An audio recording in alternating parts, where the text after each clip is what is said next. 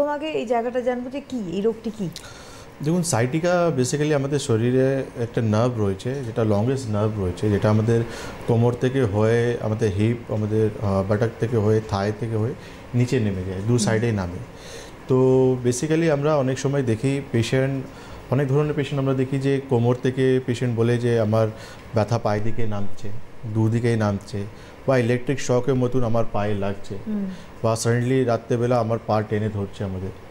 তো এই ধরনের পেশেন্টে আমরা দেখেছি যে অনেক সময় অনেক ধরনের রোগ ডায়াগনোস হয়, সেখানে কিন্তু একটা সাইটিকার রোগও ডায়াগনোস হয়, যেখানে সাইটিকার নার্ভ কোনো কারণের জন্য ইরিটেট হচ্ছে আমাদের কোমরের কিছু কারণের জন্য, যেখানে আমাদের 33টা ভার্টিব্রা রয়েছে, সেখানে লাম্বারে যে ভার্টিব্রাগুলো রয়েছে সেখানে কোনো, বা সেক্রামে যে ভার্টিব্রা রয়েছে সেখানে কোনো ইরিটেশনের জন্য আমরা দেখছি যে সাইটিকার নার্ভ ইফেক্ট হচ্ছে, আর সাইটিকার নার্ভ ইফেক্ট হয়ে এই সিমটমসগুলো আমরা দেখতে পারি। সাইটিকা কোনো রোগ নেই, এটা একটা লক্ষণ যে আমার এই রোগ, এই যে সিমটমসটা আমরা দেখতে পাচ্ছি, সমস্যাটা আমাদের কোমরে কিছু হচ্ছে।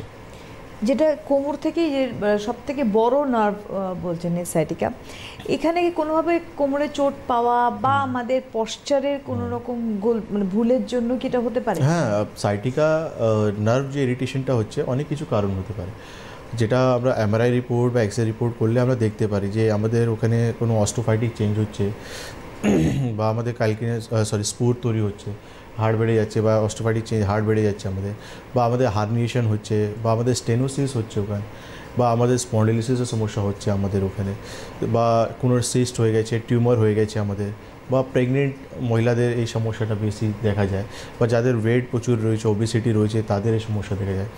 যারা কিছু জব আছে যেমন, যেখানে কিন্তু এই প্রবলেমটা দেখা যায়। তারপর হচ্ছে যে যারা খুব বেশি ওয়েট তুলে কাজ করে, তাদের এই সমস্যাগুলো দেখা যায়। তো এই কিছু কারণ রয়েছে যার জন্য কিন্তু এই সাইটিকা সিমটমসগুলো আমরা দেখতে পাই। সাইটিকার সমস্যা নর্মালি এর মানে সিমটমস শুধুই কি ব্যথা? পেন রয়েছে, পেনের সঙ্গে পেশেন্টের হাঁটা একটা দেখাবে আমাদেরকে যে পেশেন্ট সাইটিকা থেকে এফেক্ট রয়েছে। কেন আয়ুর্বেদে একে গিদ্দাসী বলা হয়। তো দুলে দুলে এক্স্যাক্টলি, যে দুলে দুলে এক পা এদিকে এদিকে এদিকে করে পেশেন্ট হাঁটবে। আর পেশেন্টের পেন একটা পায়ে নামতে পারে বা দুটো সাইডে নামতে পারে, বা পেশেন্ট মানে হাঁচি দিচ্ছে বা খাসছে যখন জোরে জোরে, তখন সে সিমটমটা উঠে যেতে পারে প্রেশারের জন্য। বা পেশেন্ট যখন শুয়ে আছে বেশি উপর পা তুলতে পারবে না, বা কোনো মুভমেন্ট করতে আছে চট করে পা টেনে ধরে, মানে কোমরে যখনই কোনো ইরিটেশন হলো চট করে পাটা একটা স্টিফ হয়ে যায়। এক্স্যাক্টলি। তো এই সিমটমসগুলো দেখার পর আমরা পেশেন্টকে এর কনফার্মেশনটা আমাদের ক্লিনিক্যালি করতে হয়। কেন কি যে স্ট্রেট লেগ রাইজ বলে একটা টেস্ট রয়েছে, যেখানে পেশেন্টকে আমরা বলি সুপাইন পজিশনে শুয়ে আমরা বলি 90 ডিগ্রি পা তুলতে হবে আস্তে আস্তে করে। কিন্তু পেশেন্ট যখনই 45-50 ডিগ্রি পর্যন্ত আসে, পা আর তারপর তুলতে পারে না, ট্রিটমেন্টটা পেন উঠে যায়। তো আমরা বলতে পারি যে আপনার কিন্তু সাইটিকা হয়ে গেছে, বা সাইটিকার সমস্যা আপনার ডেভেলপ করে গেছে। নর্মালি এক্ষেত্রেও আমরা দেখেছি যে একটা সহজতর উপায় হিসেবে মানুষ মেনে নিয়েছে, কারণ স্বাভাবিকভাবে সুস্থ হতে হবে দ্রুততার সঙ্গে পেন কিলার, এবং তার সঙ্গে সঙ্গে একটা নির্দিষ্ট প্যাথি ট্রিটমেন্ট চালু বা স্টেরয়েড চালু হলো, এবং সেখানে তার যে একটা পার্মানেন্ট রিলিফ সেটা কিন্তু হয় না। দেখুন, পেন কিলার এখানে পেশেন্টকে কোনো কিন্তু রিলিফ দেয় না। বেসিক্যালি এটা সাইটিকার নার্ভের পেন, তো এখানে কিন্তু পেন কিলার হ্যাজ কোনো কাজই করে না, করলেও কিন্তু 10-20% আপনি কিছুটা রিলিফ পেতে পারেন। এখানে আপনি এক্সারসাইজ করে কিছুটা আপনি নিজেকে ইমপ্রুভ করতে পারেন, কিন্তু পার্মানেন্ট আপনাকে সলিউশন বা পার্মানেন্ট ট্রিটমেন্ট বলতে গেলে আয়ুর্বেদে আপনাকে আসতে হবে। কেন কি যে প্রবলেমটা আমি বললাম যে কোমরে আপনার ফাইন্ড আউট হচ্ছে যে আপনার অস্টোফাইটিক চেঞ্জ হচ্ছে, বা স্পন্ডিলোসিস আপনার ডেভেলপ করছে আপনার, বা স্টেনোসিস হচ্ছে আপনার, অস্টোআর্থ্রাইটিস চেঞ্জেস হচ্ছে আপনার, বা আপনার কোমরে কোনো ইনজুরি রয়েছে আপনার, তো এই কারণগুলো কিন্তু আপনাকে সলভ করতে হবে। তখন গিয়ে কিন্তু আপনি পারমানেন্টলি সেই মানে সাইটিকার নার্ভ পেন থেকে আপনি ইমপ্রুভ করতে পারেন। কেন কি যে অবস্ট্রাকশন বা ইরিটেশন যে সাইটিকার নার্ভের উপর হচ্ছে, তাকে কিন্তু আপনাকে ক্লিয়ার করতে হবে। তো সেই ক্লিয়ারটা কিন্তু আয়ুর্বেদে আপনি মেডিকেশন, পঞ্চকর্ম থেরাপি মারফতে কিন্তু করতে পারবেন।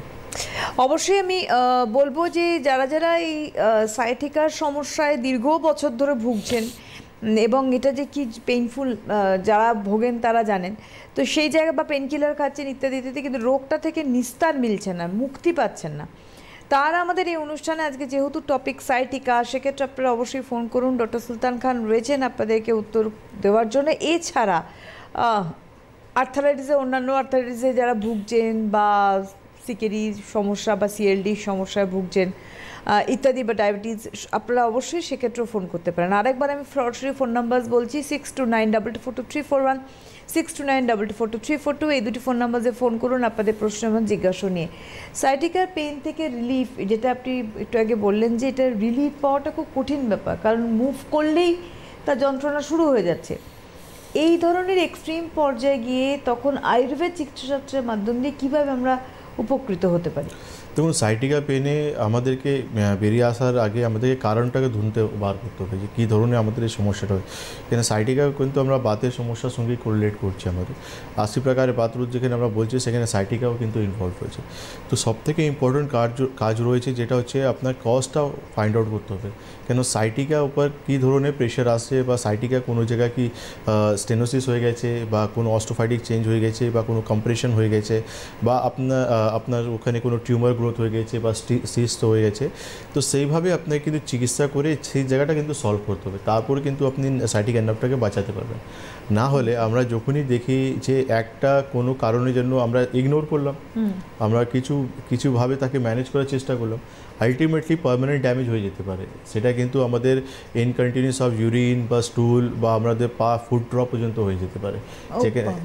যেখানে আমরা নিজে পা ব্যালেন্সে রাখতে পারি না, বা কন্টিনিউসলি পায়ে একটা স্ট্রেংথ চলে যেতে পারে আমাদের, কেন কি টিংলিং, নামনেস বা মাসল লসও আমাদের এই সমস্যাতে হয়, সিমটমস দেখা যায়। তো পার্মানেন্টলি আপনি যখন ছেড়ে দেবেন তাহলে আলটিমেটলি নার্ভের তো কাজ হচ্ছে আমাদের কিন্তু ব্রেন থেকে মাসল বা ব্রেন থেকে জায়গা অন্য টার্গেট পর্যন্ত কিন্তু সিগন্যাল পৌঁছানো।